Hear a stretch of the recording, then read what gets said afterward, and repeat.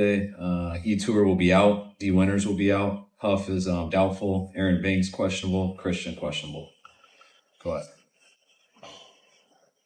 Does that mean like questionable game time decision questionable for Christian or just questionable? Have you made a corresponding move for Trent Williams yet? No, we haven't.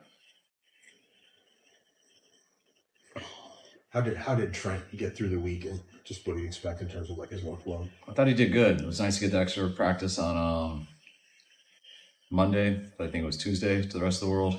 Then he's had these 3 days. Each day he's gotten more comfortable. He was obviously in shape and stuff, but it was good just to get back into hearing the cadence, coming off the ball, moving with other guys, and got better for him each day. You expect him to just be able to play the whole game like you normally do? We'll see. I'd like him to, but it's you gotta watch it. We gotta talk to him. It's always, I haven't done this too much with a tackle. You know, those are little alignment are different with rotating and stuff, like skill positions and everything. But also seems weird to just watch Trent sitting on the sideline next to us.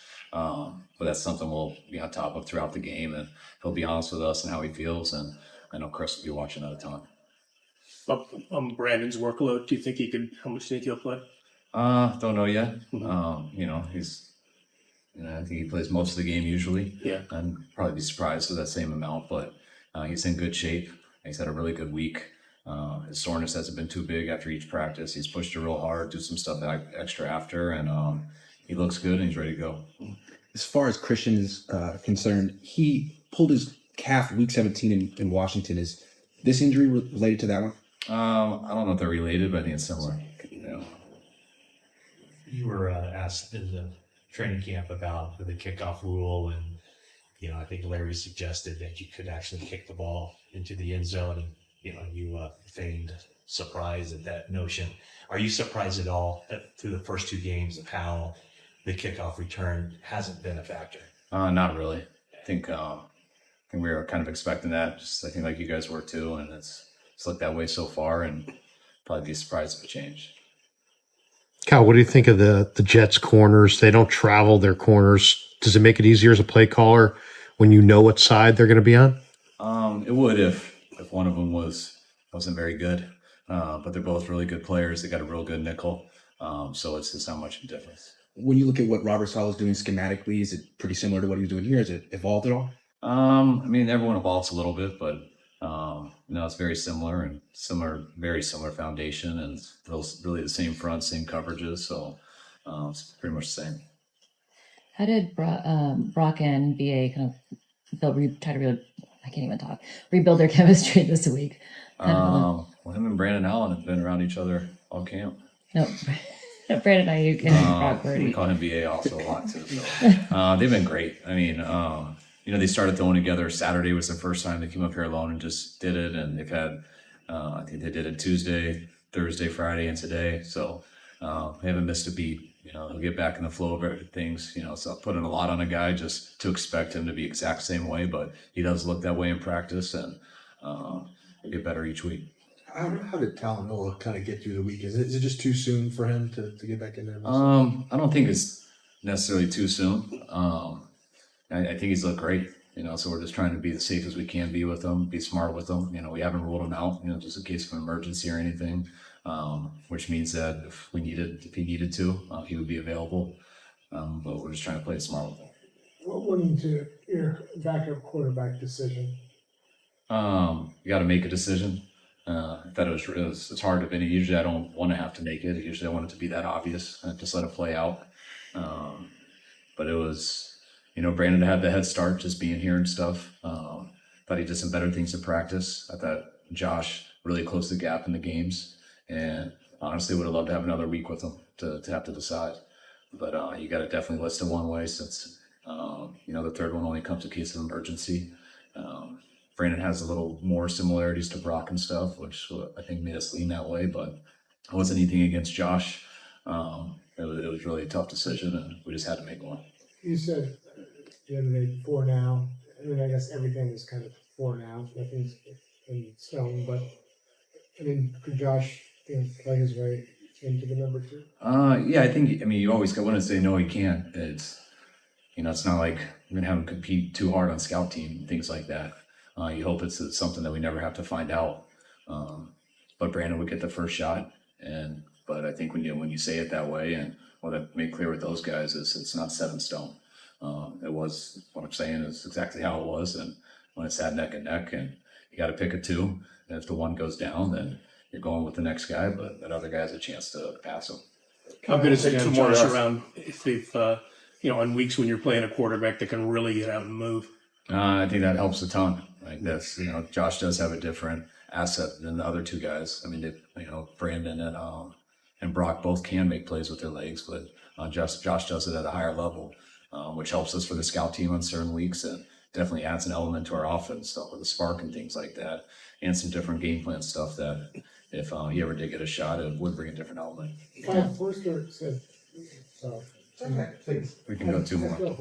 Some more.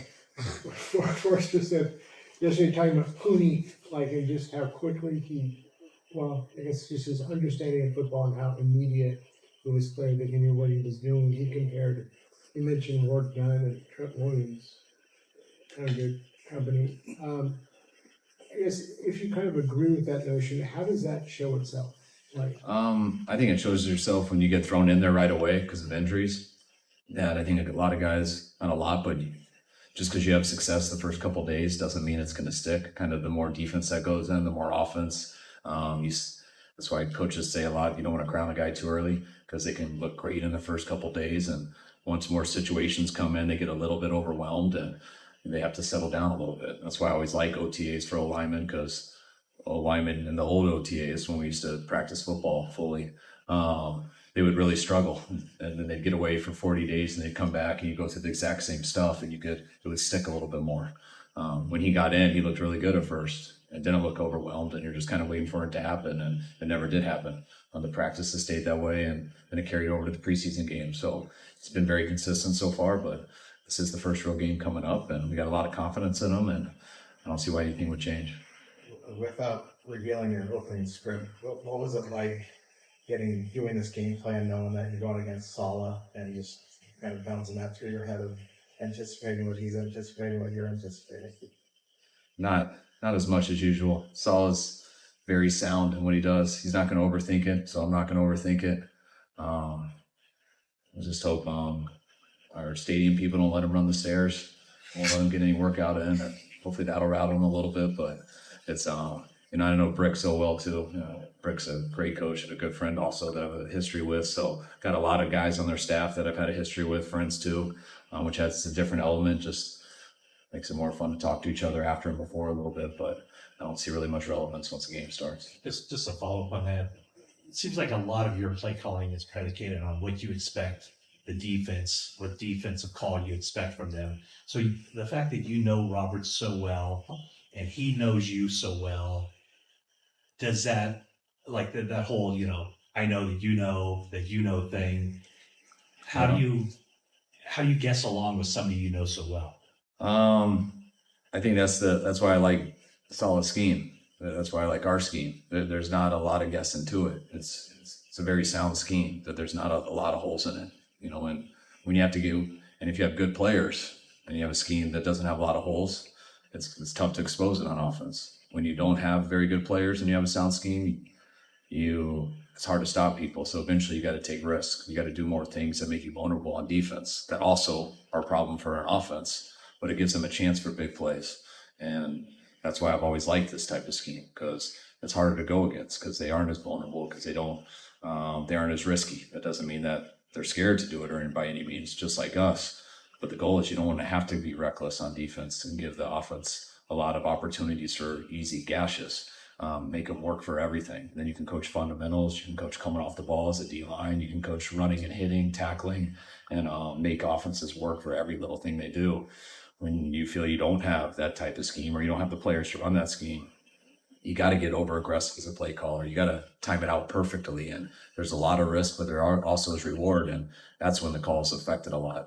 When it's like this, you try to keep it as simple as possible and take care of the football and hope that the better football players take over.